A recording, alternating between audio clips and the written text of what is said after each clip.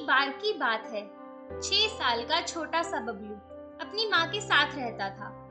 एक दिन वह घर से निकलकर गली में खेलने ही जा रहा था कि उसकी मम्मी शीला ने उसे आवाज दी, बेटा घर में आ जा, बाहर इतना ट्रैफिक चल रहा है, कहीं किसी गाड़ी से टक्कर ना हो जाए।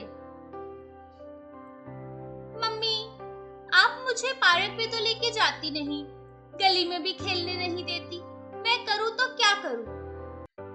यह सुनकर शीला सोच में पड़ गई। उसे घर के काम के साथ साथ कई घरों में साफ सफाई और झाड़ू पोछे का काम करने के लिए भी जाना पड़ता था, इसीलिए उसे समय ही नहीं मिल पाता था। तू घर में ही खेला कर, कल मेरी छुट्टी है, कल तुझे मैं पार्क ले जाऊंगी, जितना मर्जी खेल लेना वहां पर। बबलू मम्मी की बात मानकर घर में आ गया। शाम को शीला सुनीता जी के घर काम निपटाकर निकलने ही वाली थी कि तभी उसकी मालकिन सुनीता जी ने उसे टोका, शीला, कल काम की छुट्टी मत करना, कल बहुत काम है, कल मेरे गुड्डू का जन्मदिन है, बहुत काम होगा। लेकिन मालकिन, कल तो मुझे अपने बेटे को लेकर कहीं जाना है, कल मैं नहीं आ सकती। अरे फिर किसी दिन ले जाना अपने बेटे को, कल तो आना ही पड़ेगा, नहीं तो तुम्हारे दुगने पैसे काट लूंगी। शीला चुपचाप मन मारकर घर की ओर चल दी। अगले दिन वह सुबह तैयार हो रही थी, तभी बबलू उसके पास आया। मम्मी, बड़ी जल्दी तैयार हो गई, रुको मैं भी तैयार हो जाता हूँ, आज बहुत देर पार्क में खेलेंगे। नहीं बेटा, आज नहीं, आज मुझे काम पर जाना है, तो घर में ही खेल ले, किसी और दिन चलेंगे। आप हमेशा ऐसा ही करते हो, मुझे आपसे बात नहीं करनी।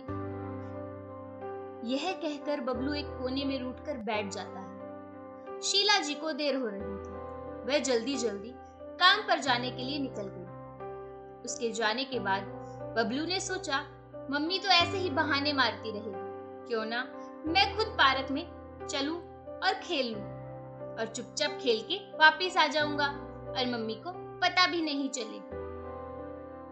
उसने अपने घर का दरवाजा बंद कर ताला लगा दिया और पार्क की ओर चल दिया।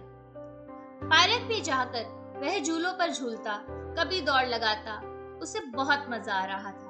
वह अपने ही खेलों में व्यस्त था। इधर शीला जल्दी जल्दी काम निपटा रही थी। आज उसे केवल एक ही घर का काम करना था। उसने सोचा, जल्दी से काम निपटाकर घर पहुंच जाऊंगी, शाम को बबलू को पार्क ले जाऊंगी।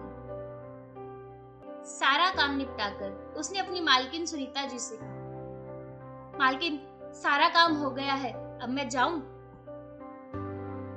चल ठीक है, ये रख ले, बेटे के जन्मदिन की खुशी में तू भी मिठाई खा।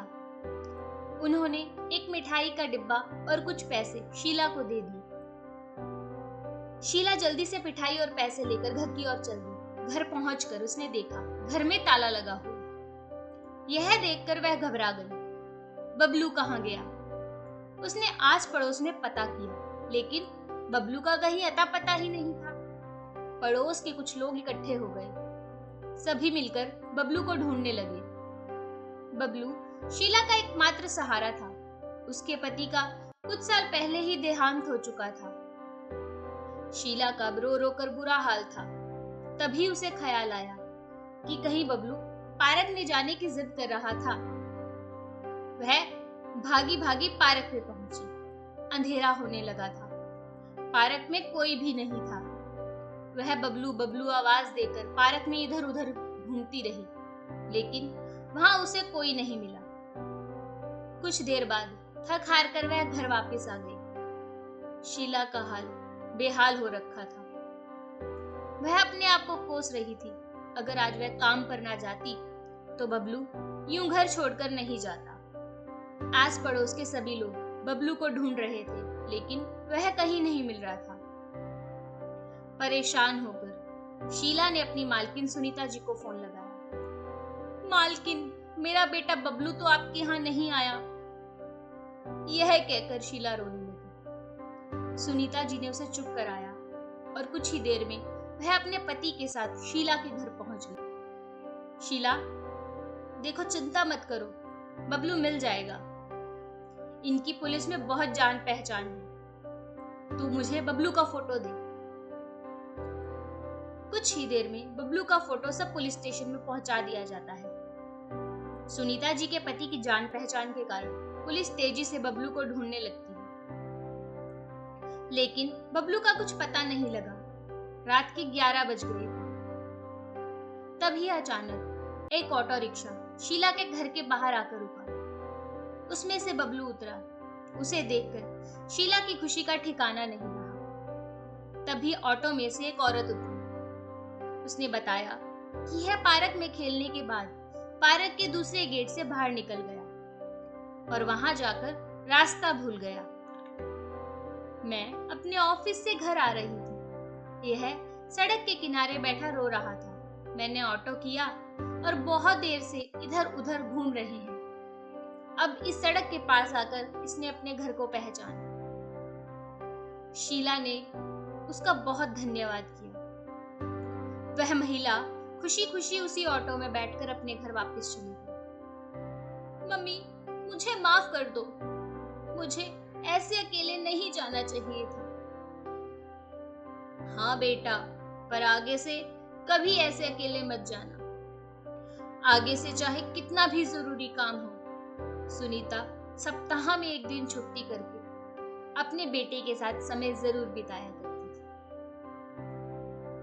ऐसी ही प्रेरणादायक और मनोरंजक कहानियां सुनने के लिए हमारे चैनल को लाइक, शेयर, सब्सक्राइब करना ना भूलें।